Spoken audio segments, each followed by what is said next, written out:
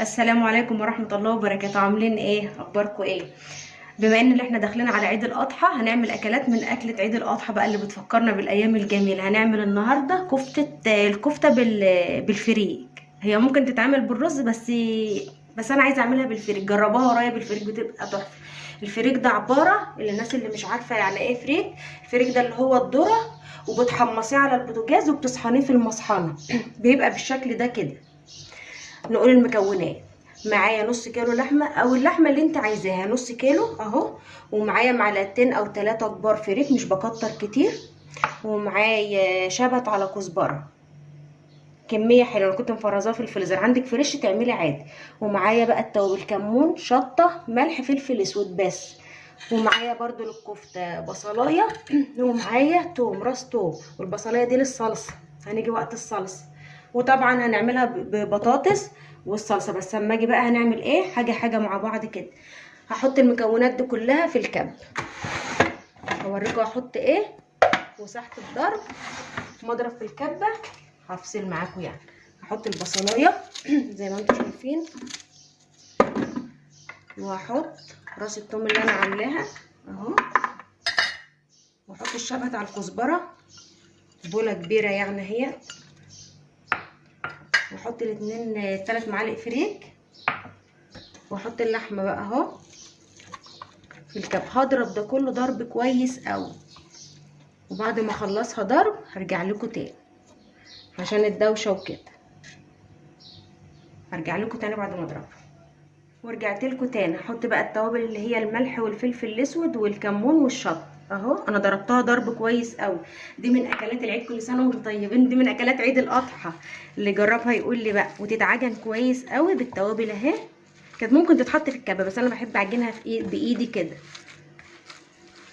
كل سنه وانتم طيبين. بصراحه اللي هيجربها مش هتندموا يعني. ولو حد جربها تكتبولي في الكومنتات اللي جربها وعامله ايه. احنا كده بنبتدي على ما العيد يجي نعمل بقى اكلات جميله بقى للعيد، بتفكرنا بايام زمان.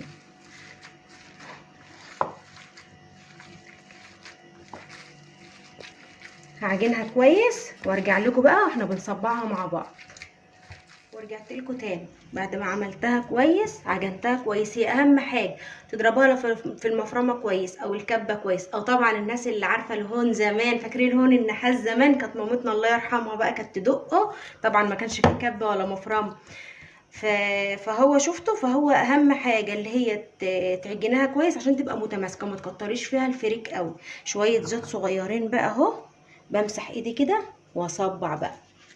ومن زي بقى هنيجي الفقره وانا بحمرها، مين اللي كان بيخطفها من ورا مامته بقى من على البوتاجاز؟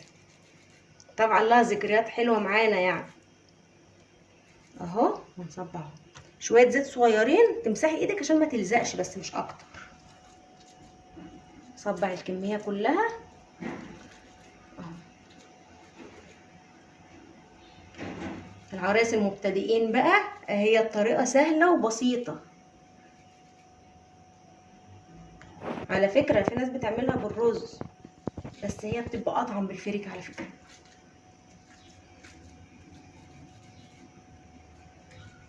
اهو نصبعها كلها. هخلص بقى الكميه كلها وارجع لكم. ورجعت لكم بعد ما خلصت الكميه اهي. دي الكميه كلها. هحط زيت بقى على البوتاجاز في صينيه ويسخن، وهاخدكم معايا برضو واحنا بنحمرها.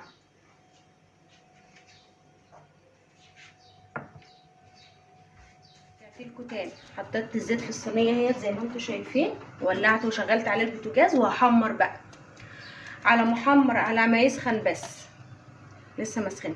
على ما يسخن هجهز الصلصه معاكم. ورجعت لكم تاني. الزيت سخن، بحطها كلها اهو زي ما انتم شايفين. تيجي صينيه تيجي صينيتين زي ما انتم شايفين، وتسيبوها تتحمر جامد. وبعد ما تتحمر هرجع لكم. نرجع بقى لفقره الصلصه بقى بتاعتنا. ورجعت لكم تاني. جيت بقى لايه، جيت للصلصه. شويه زيت صغيرين خالص نحطهم، لان الكفته بتشرب زيت، فانا مش عايزه زيت كتير. شويه صغيرين للصلصه.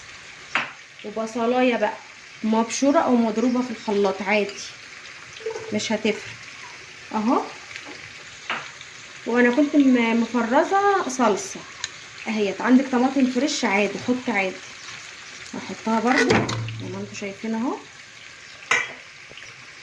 الصلصه اهي على البصلايه كله نيف نيف، هي حلاوتها في كده. وهجيب بقى التوابل اللي هي زي ما احنا متفقين. مش هحط برضو كمون اهو، شويه فلفل اسود اهو، شويه شطه. الشطه دي حسب الرغبه، ما انتش عايزاها سبايسي قوي ما تحطيش اهو. وشويه ملح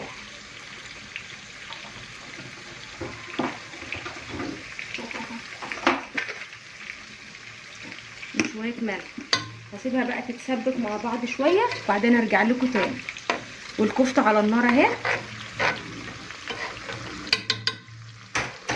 مع شويه رز بشعريه بقى. واو، اكله خطيره وجميله بصراحه. تاني خلصت الكفته، لازم تحمريها كويس، ما تسيبهاش بيضه، تحمريها كده مش بتتحرق، تحمريها كويس اهو. حمرتها كويس. نيجي بقى على مرحله الصلصه، ورجعت لكم تاني. الصلصه اهي اتسبكت اهي زي ما انتم شايفين. هفضي فوقها الايه البطاطس اللي انا كنت مخرطاها مكعبات. في ناس بتحب تعملها بصلصه بس هي بتبقى ببطاطس طعمه قوي اهو. حسب بقى الكميه اللي انت عايزاها، بقى 2 3 البطاطس يعني اهوت. وهجيب الكفته كله يتسبك مع بعض، بقلبها تقليبه كويسه.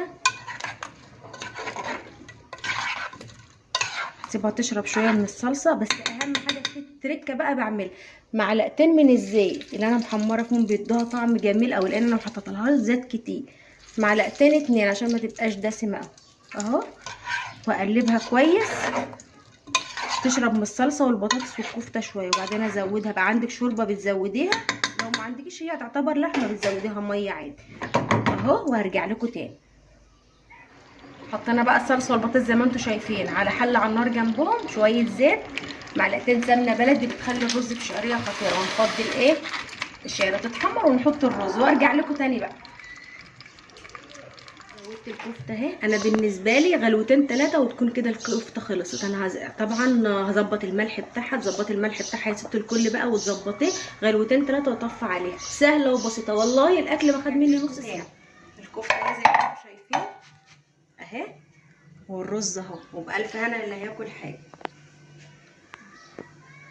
واطلع بقى صبح كفته اهو، ده يبدو اهو زي ما انتم شايفين. والبطاطس بصراحه لو جربتوها مش هتبطلوا تعملوها اهي، جميله. ورز مفرفر اهو زي ما انتم شايفين اهو. وبألف هنا اللي هياكل حاجه. وما ننساش ندعي لاولادنا داخلين على امتحانات، ولادنا جميعا طبعا ربنا يوفقهم يا رب جميع الشهادات. واستنوني في فيديو جديد من فيديوهات ايا ماما. ما تنسونيش بدعوه حلوه من قلبكم. وباي، مع السلامه.